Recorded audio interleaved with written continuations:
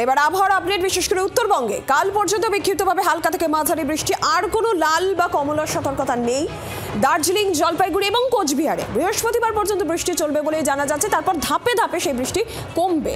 10 থেকে 13 অক্টোবরের মধ্যে উত্তরবঙ্গে বর্ষা বিদায়।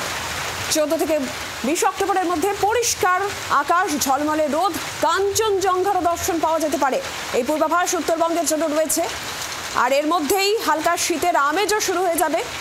নিচু তরাই এলাকায় 15 অক্টোবরের পর হালকা শীতের আমেজও শুরু হয়ে যাবে, এমনটাই জানাচ্ছে হাওয়া অফিস।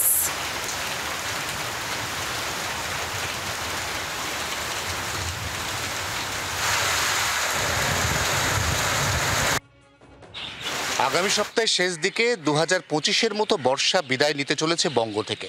প্রথমে দক্ষিণ, তারপর উত্তরবঙ্গ এবং দক্ষিণবঙ্গে এবারের বর্ষা দফায় দফায় নাস্তানাবুদ করেছে সাধারণ মানুষকে। অতএব বর্ষা বিদায় নিঃসন্দেহে স্বস্তি। তারপর আসছে শীত। মৌসুম ভবনের লং টার্ম আউটলুক অনুযায়ী এবারের শীত জাঁকিয়ে গোটা ভারতবর্ষে একাধিক দফায় শৈত্যপ্রবাহ, এমনকি বাদ পড়বে না এই পশ্চিমবঙ্গের উত্তর অথবা পশ্চিমাঞ্চলের জেলা।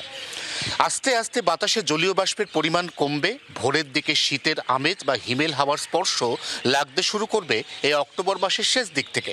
অক্টোবরের 25 থেকে নভেম্বরের 5 তারিখের মধ্যে রাজ্যের অনেকাংশেই বেশ ভালো রকম ঠান্ডা অনুভূত হবে, এমনটাই পূর্বাভাস দিচ্ছে আলিপুর আবহাওয়া দফতর। জি 24 ঘন্টার জন্য ক্যামেরায় তরুণের সঙ্গে অয়ন, কলকাতা।